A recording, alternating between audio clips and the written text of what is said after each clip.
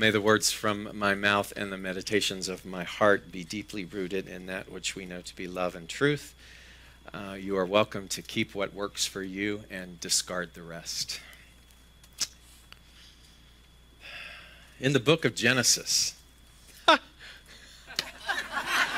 Yes, I'm going to go through every book, and then I'm going to cross-reference it with the entire Science of Mind textbook, just to make sure you got it.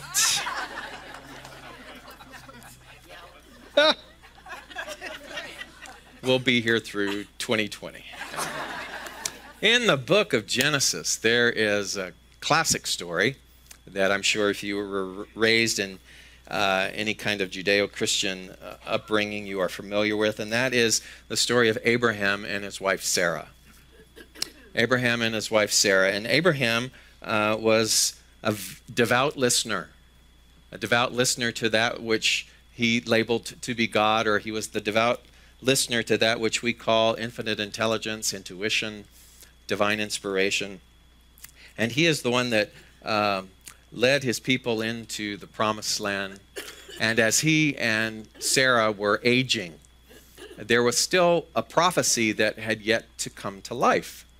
And I can imagine them sitting around going, I don't know about that one, because that prophecy was that Sarah would bear a child, and they were both quite advanced in their years. And as the story goes, they were actually blessed with Isaac. And the story talks about the fact that once Isaac was born and the joy of their life, that they got a message from God that Abraham was to take Isaac and to offer him as a sacrifice to God, to prove his love to that which he understood God to be. And a lot of times we would read that, and I remember as a child literally going, oh my God, that's terrible, and wondering what kind of God would ask of such a thing, only to see that at the end of the story, what was being revealed was that Isaac's life was spared, and that God was only testing Abraham to see where his devotion was on that big, massive scale of devotion. And in metaphysics, we don't view God that way. In fact, what's interesting about the metaphysical naming of Abraham, Abraham means father. And one of the seminal things that's so beautiful about our philosophy is that we have learned over time that we and the Father are one, which means that we and God are united, that there is no external deity. And we can spend the rest of our journey in our human existence trying to embrace and expand that degree of livingness of God within us, that we are the vessels and the instruments of that infinite potentiality. So the name Abraham means father. The name Sarah means nobility. And you can imagine that when you and I embrace in large degree our God nature, and we couple that with nobility, which means that we understand who and what we are.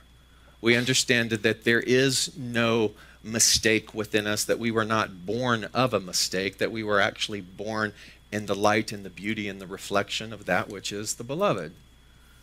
When you couple those two things, the union of us as God beings, married with our sense of worth, our nobility, then what is produced is an Isaac.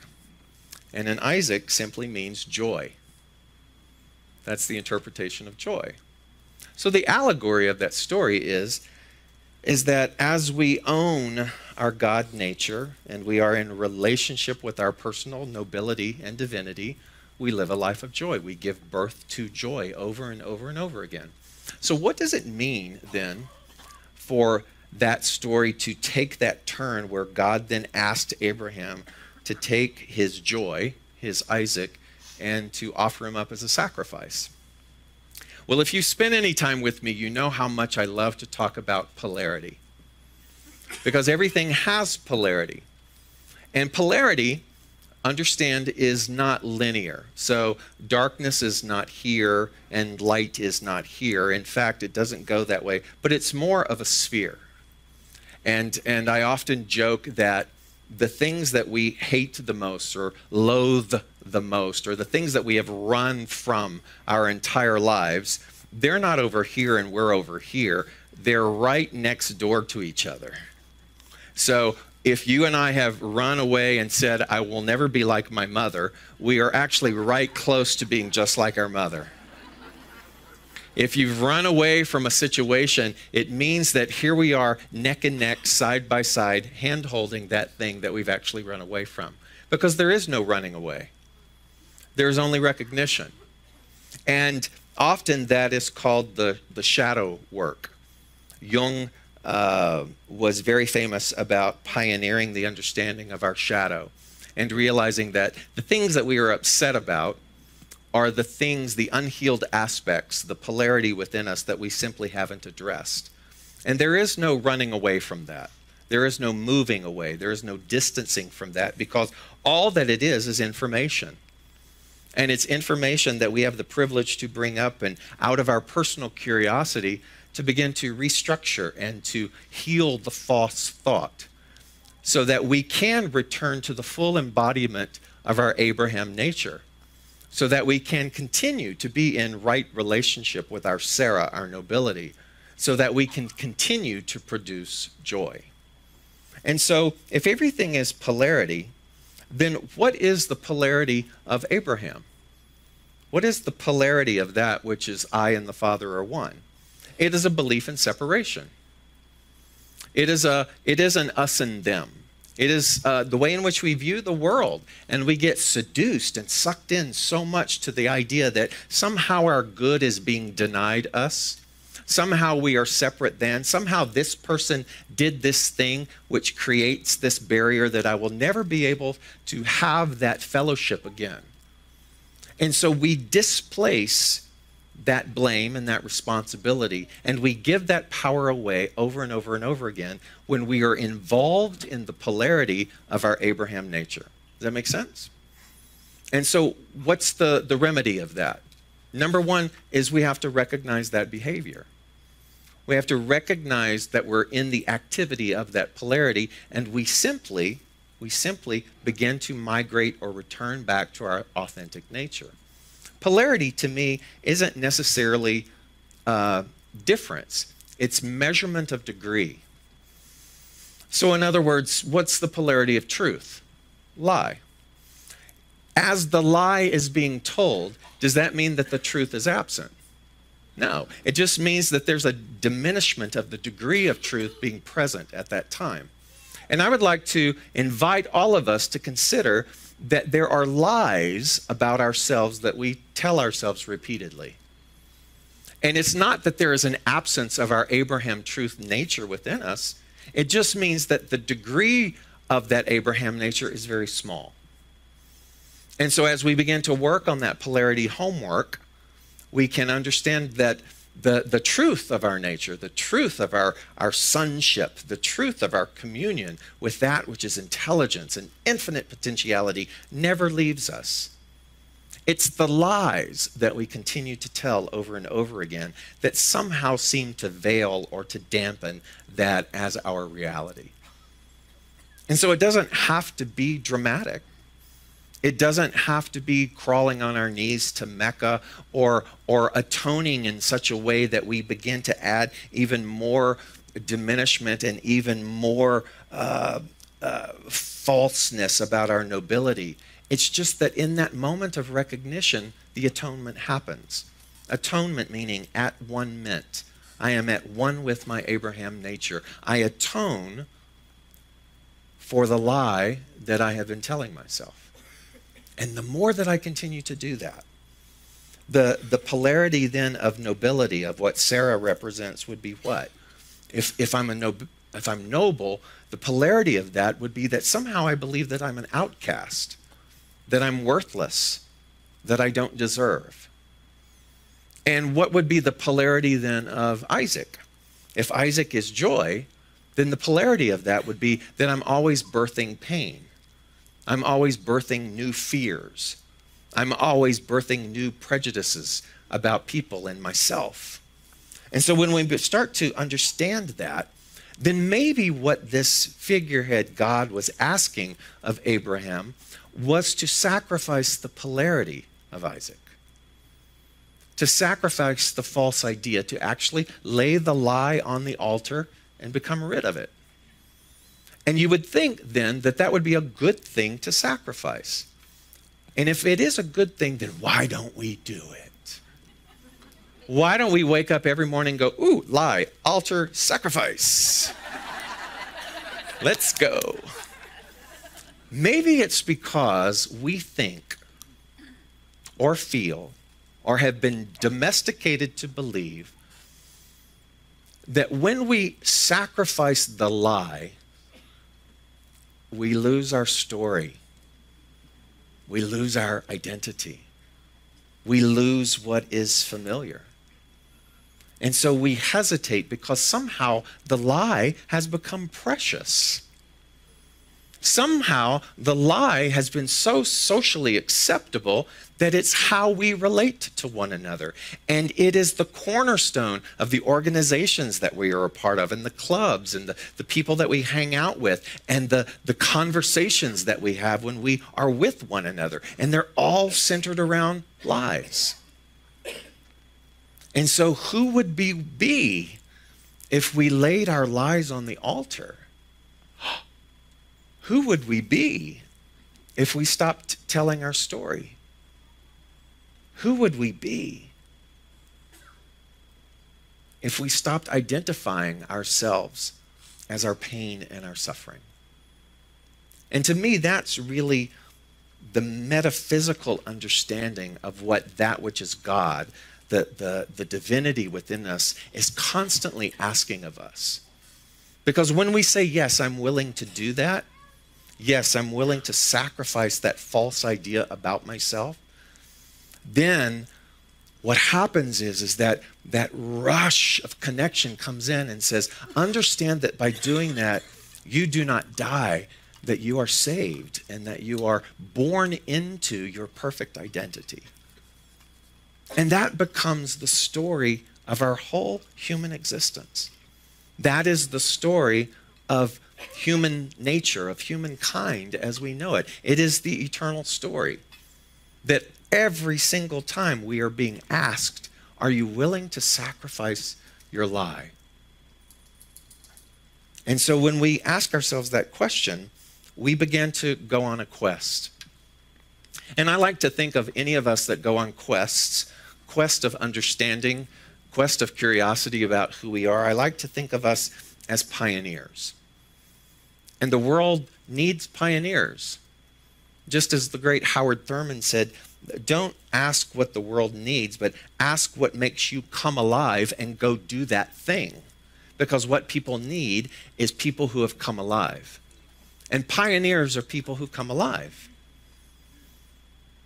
And pioneers are the people who are willing to continue to sacrifice that lie over and over and over again on that altar of transformation. Could you imagine if there was a machine that had been invented, and all that you had to do with this machine was you had to input a divine idea or a desire or any idea. You just put that idea into the machine. The machine then takes it, and then it produces guidance to bring that idea into manifestation. Let's say that such a machine exists. It's on sale at Costco and Sam's, and you can pick one up. If such a machine existed, wouldn't we all rush out and go get it? It just kind of spit out what we need to do.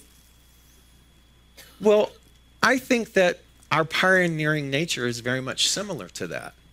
You see, because the pioneering nature says, I'm not going to give you the entirety of the formula, but if you put in the idea into the mechanisms of your sonship and your connection with I and the Father are one, if you put that idea in and you follow that and you use that and you consider your nobility as having the capability of producing something that's going to bring you joy, then sure, we're going to take you on the ride. It may not look exactly the way that you think it's supposed to look in your business plan, but if you come along, it will produce your Isaac. And so what is your Isaac? What is your Isaac? From both polarities. In other words, what is your joy and what is your lie? And see, when we do not put the lie on the altar, guess what we are putting on the altar of sacrifice? Our joy. That's the thing that we're actually allowing to die, is our joy. Each time that we don't make an intention to sacrifice our big lie. For those of you who know me and know my story and growing up in poverty in Southeast Texas and having a widowed mother who was unskilled with regards to love. She was skilled in a lot of things. There was a lot of lies that were birthed and produced, the polarity of the Isaac that was produced in that domestication and in that upbringing. And in the formation of those lies, there was a belief that somehow that worthiness was owed only from productivity. So you had to prove your worthiness. You had to prove you had to prove your nobility. You had to prove these things. You had to earn all of this. And what was so futile about that experience was that no matter what was done, it was never good enough. Can any of you relate to that story? And so we all come from some semblance of that, because I believe there's only one story. You know, we all carry around the one lie, and that one lie is somehow we're separated, and somehow we don't deserve, and somehow we are unworthy, and somehow we are very stuck on playing the loop of our flaws. And so when I think about that, and I think about that upbringing, I have to laugh at all of the times that I arrived to a point where I said, healed that. Good to go. Because what I understand is there is no finish line with regards to our recognition. There is no finish line to understanding the polarity and the depths of the polarity that exists inside of us, right? And that's not to produce within us some helplessness. It's to actually stir the pot of our curiosity. It's the idea of being able to continue to peel away and peel away and peel away. And by the way, I don't like peeling onions, so I'd rather peel an artichoke. Because when you keep peeling at the artichoke, what do you get to? You get the heart. And so enough with the analogy of the onion. So we keep peeling away at the artichoke of our falsehood, right? And the more that we're willing to keep peeling away, we arrive at this place where we are connected to the heart, the vital portal of our very being in our life. And I know that wherever I am on my journey of understanding what was that about from my childhood, I realize that I'm still very much in the process of peeling the artichoke. Very much peeling the artichoke over and over and over again. And so in this idea of the shadow work that Jung produced, and by the way, a wonderful book that if you take ministerial school, they still teach this book by Debbie Ford called, what is it called? The Dark Side of the Light Chasers. So that's a must read, because Debbie Ford introduced the idea of the shadow. And she said, if we're unwilling to look at the shadow, if we're unwilling to notice the polarity, then all of the work that we do, that we think is conscious and that we think is spiritual or whatnot, is still not fully embracing the totality of who and what we are. Because the more work that we do on ourselves, the more peeling away, the more we begin to understand our shadow. And the shadow is that part of us that still believes in separation. The shadow is the part of us, of our polarity, of our Sarah nature that believes that we're outcast. And guess what if we don't ever look at that? And we just kind of do the work above the surface rather than looking at the roots? What happens above the surface might look really pretty, but the roots are going to do what? Eventually affect what's going on up here. And so every leader, every person in a position of power, everybody in this room all has a shadow. And when we are afraid or ashamed or in resistance to or ignorant of the fact that that is in existence, it doesn't make it go away. It just means that the degree that the shadow is influencing our polarity is larger. But guess what happens when we fall in love and become curious with the totality of our package? The package of who we are, the flaws, the praises, the successes, the failures. When we fall in love with all of that because we realize that at any given time we have never been separated, that we are continually spiraling up in our lessons, that there is no arrival. When we fall in love with that process, rather than going, when's this going to be over? Then the beauty and the holistic nature, the wholeness of who we are, gets to breathe more vibrantly. And so I've been very aware of this day coming forward. And I've spent a lot of time this year on shadow work, looking at my behavior, looking at my reactions, looking at my responses, noticing disappointments and noticing recurring things that continue to go about, and really intending to do that from a loving place. And every time that I look at it, there's very much a sobering coming home of understanding that so much of my reaction is birthed from the lie. The lie of being in the way, the lie of not being good enough. And I have reflected on how my shadow has shown up these past 8 years. Because when I arrived,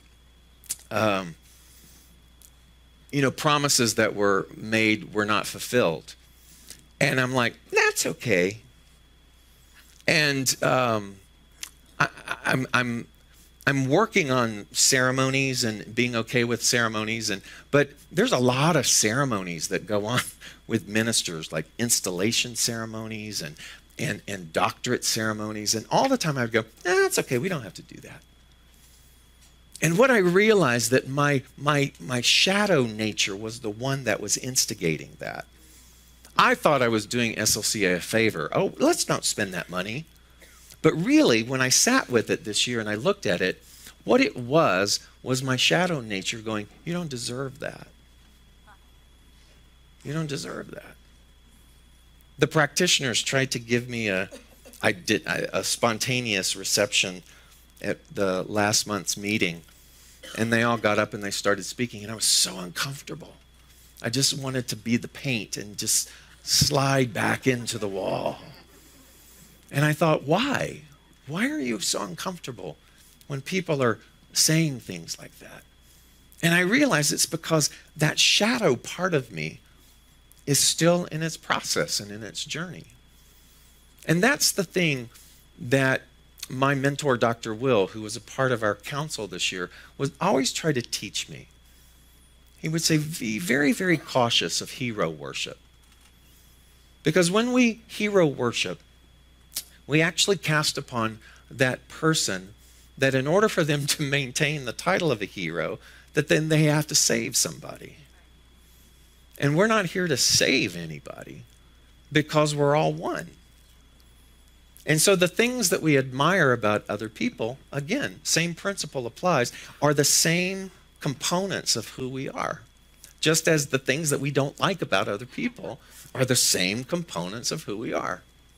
And that's the shadow work. And so I came across an exercise that someone recommended to me called the Enneagram. And the Enneagram is sort of like a personality profile, like Myers-Briggs and other things. I find that the questions on the Enneagram are very much more probing. And as with anything of those natures, that the results are only as beneficial as your honesty when you're answering the questions. And so I did the Enneagram, and it said that I was a 2. And the 2 is the helper. The 2 is the servant to the world, the altruist. And A 1 is a reformer, a 3 is an achiever, a 4 is an individualist, 5 is an investigator, 6 a loyalist, 7 enthusiast, 8 the challenger, 9 the peacemaker. And it shows all these varying degrees of one's personality. So I was very much a 2, the helper. And then it talks about the polarity of each of those numbers. In other words, the shadow of each of those numbers. And I went, okay, let's read. Let's read what that is. Because the helper is someone who starts genuinely wanting to help. If you were there on my first Sunday in August 2010, I said, I am here to love you. That's my job. My job is I am here to love you. And that was a very sincere proclamation. What I noticed about the shadow of me is that when one loves purely, unconditionally, then one is not invested in the response of other people, right? There is a very healthy detachment there. Detachment does not mean disengaged. It just means that I can love, and regardless of what you do with that, that's your business. And I will continue to love. That's healthy detachment.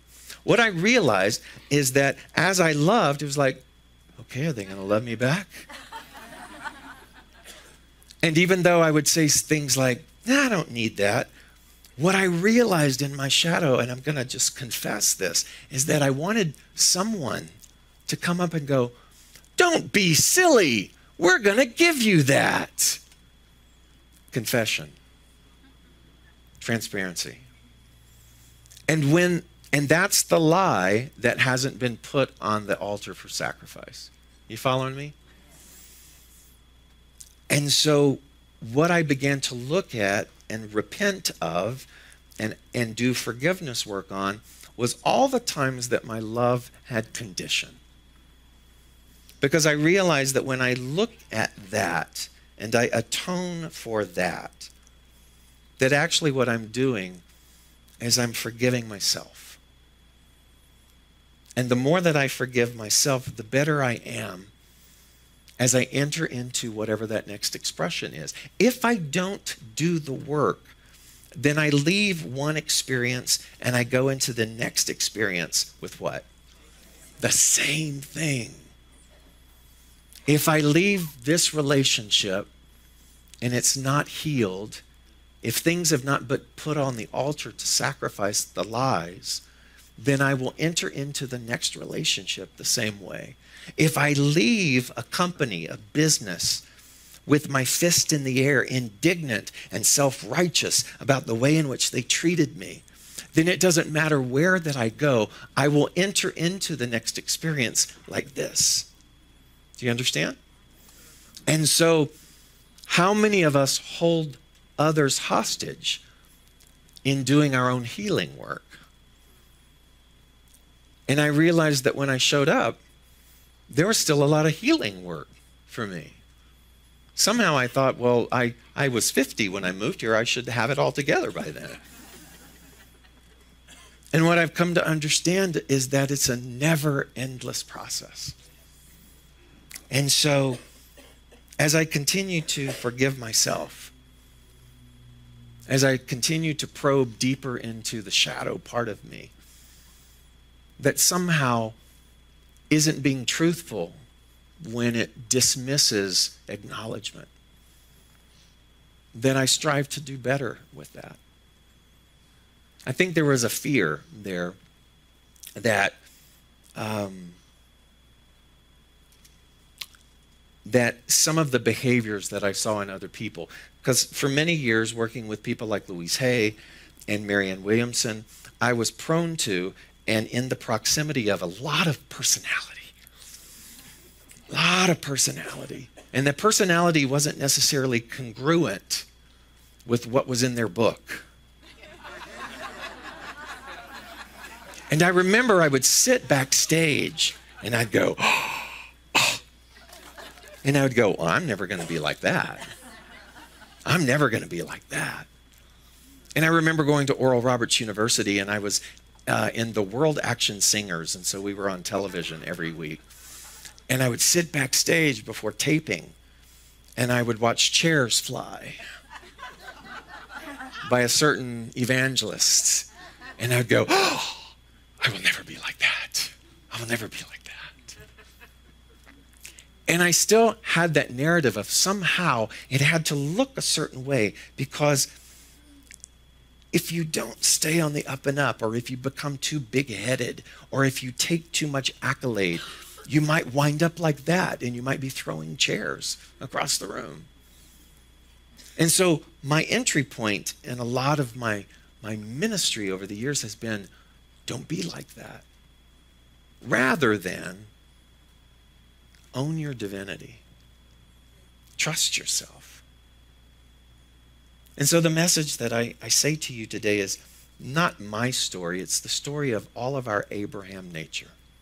You, and that which is the Father are one. You and that which you understand God to be are one. You and the genius that created worlds are one. Take that in. And you are coupled with, you are interwoven with Sarah, nobility. And no matter what you do, it is the relationship that will not leave you. It is the utmost devoted partnership. And that union will constantly give birth to joy. No matter how old you are, no matter how much your story you have aligned with, no matter what your mother or father did or did not do, no matter what your first husband or first wife did or did not do, no matter what level of your diagnosis that has kept you imprisoned somehow in thinking that there was no other level of achievement or experience that you could have. None of those things have separated that Abraham and Sarah union inside of you. None of them. And they will continue to give birth to joy, or when we deny and veil and shadow and hold and shrink, they will give birth to pain. And the choice and the responsibility of that has never been anyone else's. It is always ours. And so I have fully understood this year that however many other years I have left on the planet, that I will continue to keep healing my shadow, that I will keep reconciling and making peace with that little boy from Beaumont, Texas, that I will continue to find ways to remind him of his nobility, and continue to place on the altar for sacrifice all of the lies, be they known or unknown, conscious or unconscious, that continue to rise up, so that as I continue to peel the artichoke away, I'm a little more whole. The degree of my Abraham nature is a little more expansive. And as I do that, wherever I show up, that becomes the permeating energy that I bring. And so I'm serious about this. I apologize if at any time over the course of these 8 years, my lie got in the way. And I accept and give reverence for any time that my Abraham nature was in its most authentic place. And as I move forth into the world, I think about one of my favorite poets, the poet Rumi, who said, "Gamble everything for love." What is love, actually? Love is the pure relationship with our Abraham nature. That union. Gamble everything for that.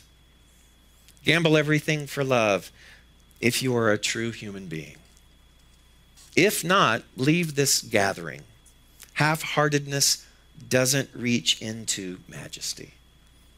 You set out to find God, but then you keep stopping for long periods at mean-spirited roadhouses.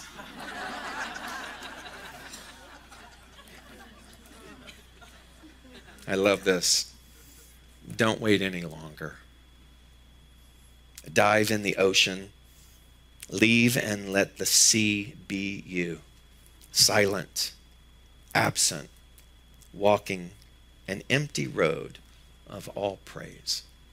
Gamble everything for love. So Ty and I want you to know that we're not going anywhere. We're not moving from Atlanta yet. I'll be here doing a bunch of things. In January, I'll be in Cambodia doing work that I absolutely love with Kaleidoscope Child Foundation, the foundation that I started. I'll be spending a lot of time in India during the month of April because we are building a school in a slum in the Bihar state. And I know that much of my future will be centered around my love of being able to provide free education for children in developing countries who don't have that right. But I'll also be experimenting and doing other forms of teaching.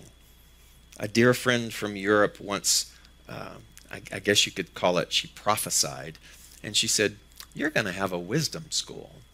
You're going to have a mystery school." I was like, "Ooh, tell me more." She goes, "I can't. That's why it's called a mystery school." And so I've looked at that as well, and other forms of higher, what I call higher learning.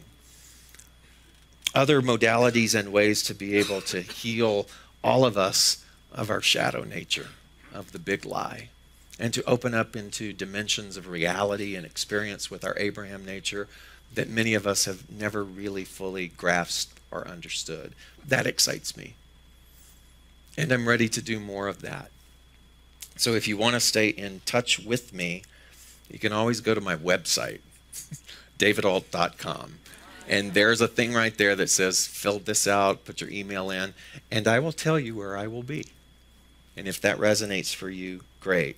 And the last thing I want to say is, whomever follows, be kind. Be kind to them.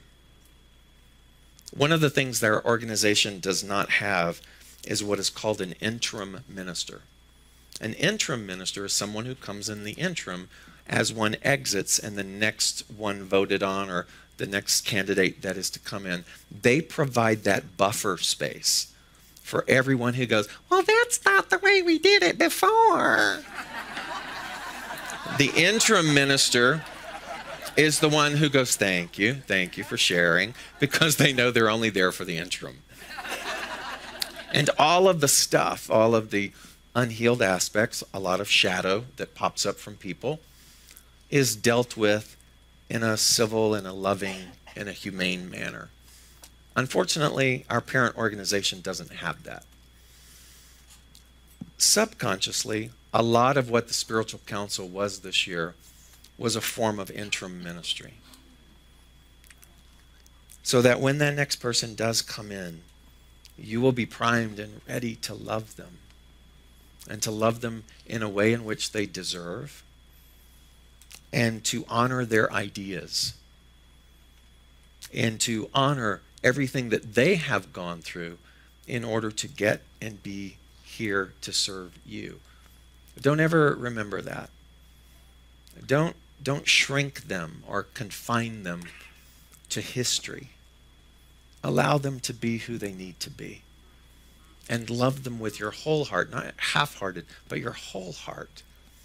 And I will guarantee you, in that union of Abraham and Sarah, of the fulfillment and the oneness of seeing them as God and you as God, and in the fulfillment of their nobility and your nobility, what you will give birth to will be an exquisite Isaac. So amazing and filled with joy. And I wait and am eager in anticipation to see what that will look like.